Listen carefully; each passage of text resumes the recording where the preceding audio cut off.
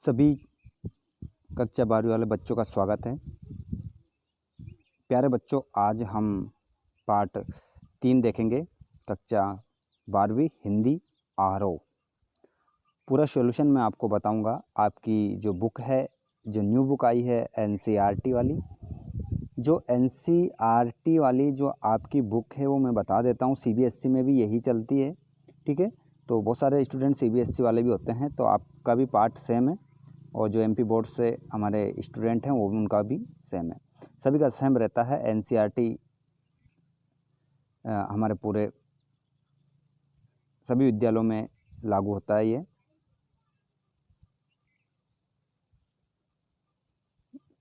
इसका संबंध केंद्र से होता है, कह सकते हैं।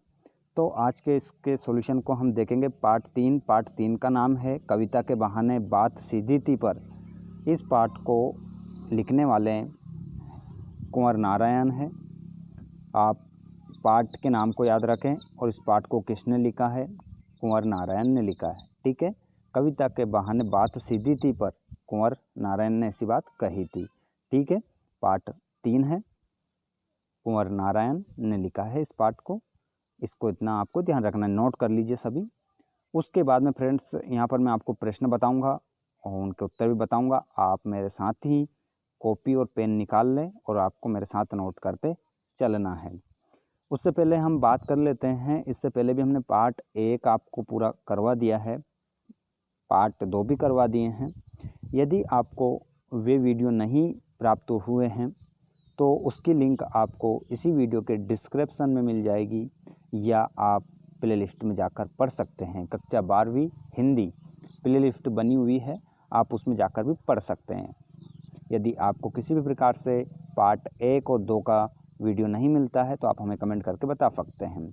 चलिए तो शुरू करते हैं हम आज के इस वीडियो को। वीडियो को शुरू करने से पहले अभी तक वीडियो को लाइक नहीं किया है तो वीडियो को एक लाइक कर दीजिएगा, ताकि हमें मोटिवेशन मिले और इसी प्रकार आपके लिए मेहनत करते रहें।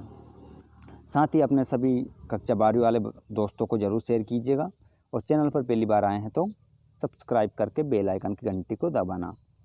चलिए पहला प्रश्न देखेंगे कि इस कविता के बहाने बताएं कि सब घर एक कर देने के माने क्या है। तो देखिए मैं बता देता हूँ। बच्चे खेल खेल में अपनी सीमा, अपने परायों का भेद भूल जाते हैं। वे एक जगह से दूसरी जगह बिना विचारे दौड़ते रहते हैं। उन्हें किसी के रोक टोक की चिंता नहीं रहती है। उसी प्रकार कविता भी शब्दों का खेल है। इसका क्षेत्र व्यापक होता है। उसे किसी का भय नहीं रहता। कलम को किसी बंधन में बांधा नहीं जा सकता। अतः कवि को कविता करते वक्त अपने परायों का, वर्ग विशेष का भेद अथवा बंधन भूलकर लोकहित में कविता लिखनी चाहिए। तो ये संकेत है कवि की ओर, किस प्रकार से कवि को कविता लिखनी चाहिए। तो पहला प्रश्न हमारा कंप्लीट हो चुका है। दूसरा देखेंगे। तो उड़ने और लिखने का कविता से क्या संबंध बनता है। तो देखिए यहाँ पर पंछी की उड़ान और कवि की कल्पना की उड़ान दोनों दूर तक जाती है। दोनों का लक्ष्य ऊंचाई मापना होता है। कविता में कवि की कल्पना की उड़ान होती है, जिसकी सीमा अनंत होती है। इसलिए कहा गया है, जहाँ न पहुँचे रवि वहाँ पहुँचे कवि। यहाँ पर देखिएगा आगे, जिस प्रकार फूल खिलकर अपनी सुगंध एवं सौंदर्य से लोगों को आनंद प्रदान करता है, नवजीवन देता है, उसी प्रकार कविता भी सदैव खिली रहकर लोगों को भाव विचारों का रसपान कराती है, पाठकों में नवीन स्फूर्ति एवं ऊर्जा का संचार करती है। प्यारे बच्चों, प्रश्न नंबर 3 देखेंगे। कविता और बच्चे को समांतर रखने के क्या कारण हो सकते हैं। तो ये हमारा पार्ट जो 3 है उसका तीसरा क्वेश्चन है।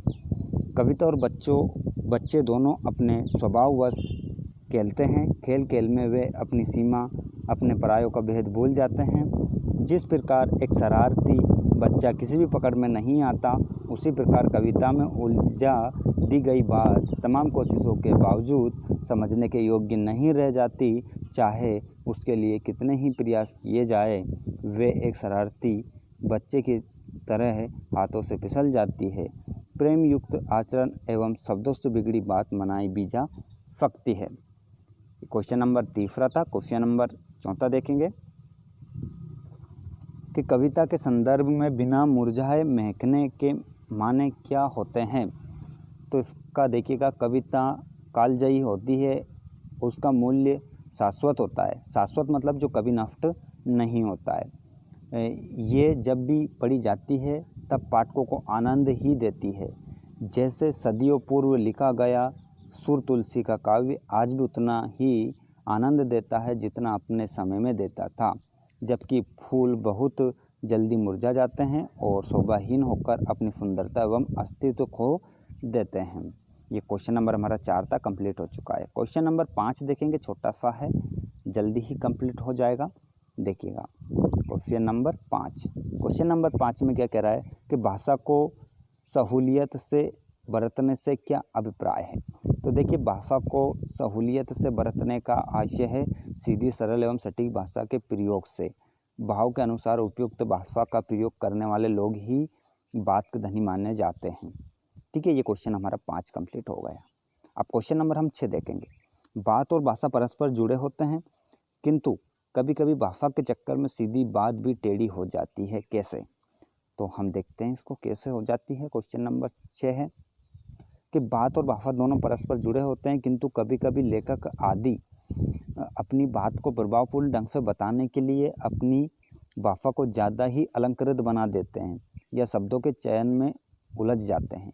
भाषा के चक्कर में वे अपनी मूल बात को प्रकट नहीं कर पाते। श्रोता या पाठक उनके शब्द जाल में उलझकर रह जाते हैं और सीधी बात भी टेढ़ी हो जाती है। ये क्वेश्चन नंबर हमारा 6 भी कंप्लीट हो चुका है।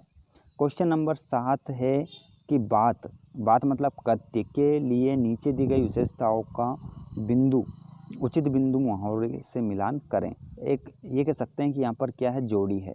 ठीक है, तो ये जोड़ी आपको इधर से इधर मिलाना है, तो ये आपकी परीक्षा में भी आएगी। ठीक है, हम देखेंगे इसको, बताता हूँ मैं आपको इसका पूरा सही। तो यहाँ पर देखिएगा आप, जैसे कि यहाँ पर मुहावरा है एक तरफ और एक तरफ है उसकी विशेषता।